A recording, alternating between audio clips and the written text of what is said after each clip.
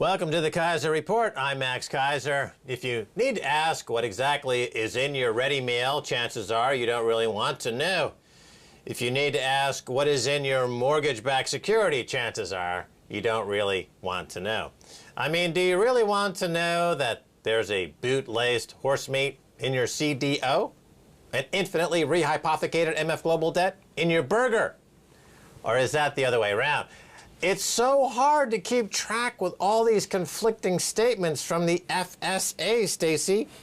Exactly, Max. Oh, every single night on the news here, there's a problem that the FSA was supposed to be responsible for. And of course, that's because there's the Financial Services Authority and the Food Standards Agency. Notice that the two scandals, otherwise known as crimes, are very similar in the conduct of the authorities and the regulators, and the participants in it could exactly be the same. Well, yeah, it's fantastic because they both lead to a decline in living standards and inflation. You know, because when they chop up the mortgage-backed securities, when they chop up the bonds and they securitize the bonds and they create interbank sales of these adulterated bonds, the Bank of England steps in to add the filler, to add the horse meat, to add the additional adulteration that causes the purchasing power of the pound to decline. It causes inflation. Simultaneously, the food is adulterated as well, so that it's hiding the fact that food prices are going up. It's stealth inflation, but they also have real inflation, soon to be real inflation in the food prices. So we're in an inflationary vortex here in the UK. The first headline here reads, "Horse meat. Why did no one want to disclose full scale of scandal?" Again, you know, compare this to the financial crisis. Every single word I say could almost be the same as referring to the collapse of the derivatives market that led to the collapse of the global financial market. Perhaps mindful of creating an economically damaging food scare, food safety officials and ministers have repeatedly stressed that the unlabeled horse is safe to eat. But as the leading food scientist Duncan Campbell pointed out to The Independent last month, how can they be certain? They didn't know about the horse meat for months, and they still don't know where it comes from. The money in the UK, the British pound, is full of filler. Every time you spend a British pound, you are creating inflation because you're expanding the debt load of the economy, which is met by more money printing. So the act of spending, the act of consuming is debasing your currency. The act of eating adulterated food is encouraging more food adulteration, and it's degrading your health. Remember, this horse meat is, let's be honest, it's unregulated, and it's also filled with other unhealthy additives at the same time that causes health problems, which of course end up being borne by the NHS, the National Health Service, which again requires more money printing and more inflation. Now, going back, comparing this to the financial crisis, remember at the time, LIBOR rates were rigged, partly in complicity with the regulators and the likes of the Bank of England, because they wanted people to not be afraid of being in the markets. They didn't want people to know how bad it was. Here they're saying the same thing, that the food safety officials were worried that it would economically damage the agribusiness. And forget the health of the system, forget the health of the participants or the customers of these products. The same here is, we keep on being told it's safe to go back in the markets, it's safe to stay in the markets, even though in the financial markets, they don't know what is actually in these derivatives.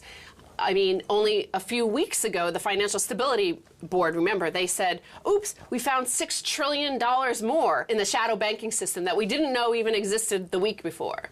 Right, so these food vendors will be too big to fail. They'll say, we can't regulate food. We don't care if it's horse meat, donkey meat, rat meat. We don't care, it's all meat. Meat is meat, you gotta eat it. If you stop eating it, the whole system will collapse. Eat your rat meat, you stupid British idiots. Eat your CDOs, your collateralized debt obligations. Keep spending this remarkably corrupt pound. We don't care, just keep doing it.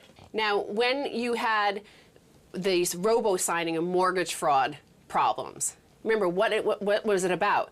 It's because nobody knew who owned the mortgages. Nobody owned the paper for these mortgages, these packages of mortgages, creating basically the financial system instability. Now we turn to this horse meat, which now some are saying is some of it is donkey meat. It came from abattoirs in Romania, through a dealer in Cyprus, working through another dealer in Holland, to a meat plant in the south of France, which sold it to a French-owned factory in Luxembourg, which made it into frozen meals sold in supermarkets in 16 countries. It reminds me of the Dutch sandwich.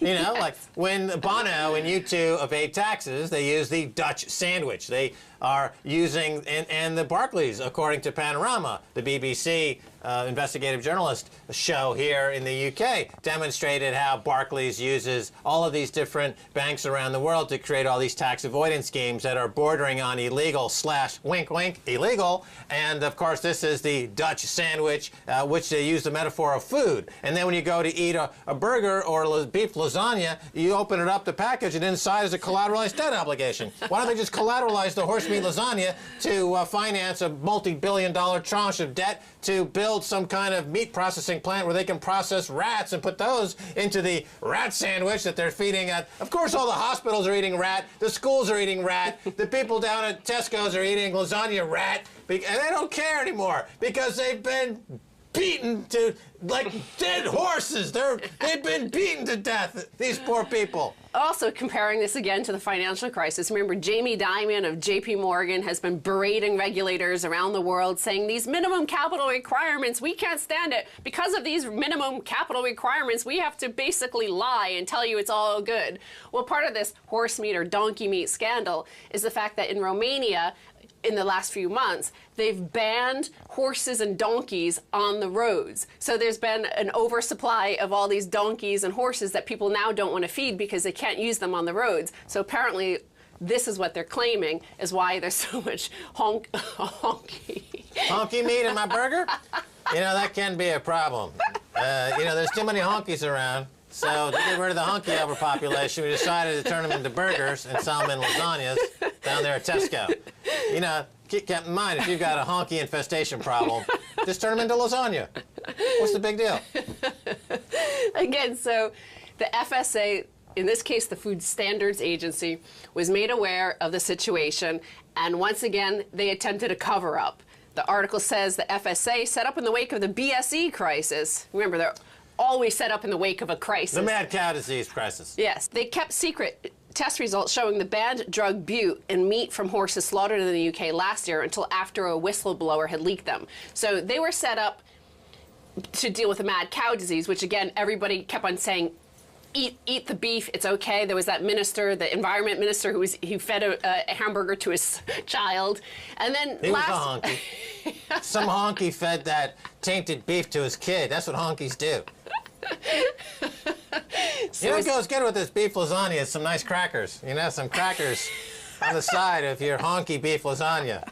You make it, you know, beautiful. So this week, it waited a whole day before telling the public. In a brief press release slapped on its website but not sent out to journalists, that frozen beef and ready meals contain staggering levels of undeclared horse meat. And again, this is exactly what the U.S. does. The late Friday afternoon press releases of, oh, by the way, there's no financial system, and oh, yeah, we're going to give them $700 billion. Go out shopping. So let's move on to the next layer of this horse meat scandal here in the UK and across Europe, actually.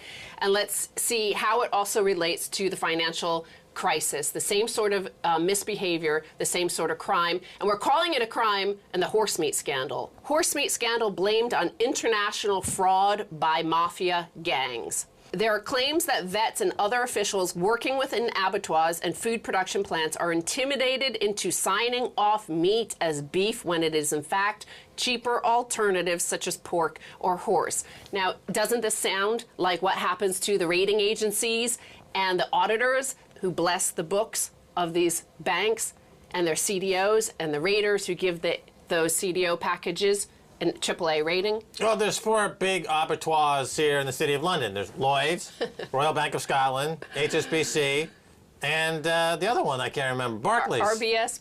Yeah, they're the 4 financial abattoirs or slaughterhouses, and they are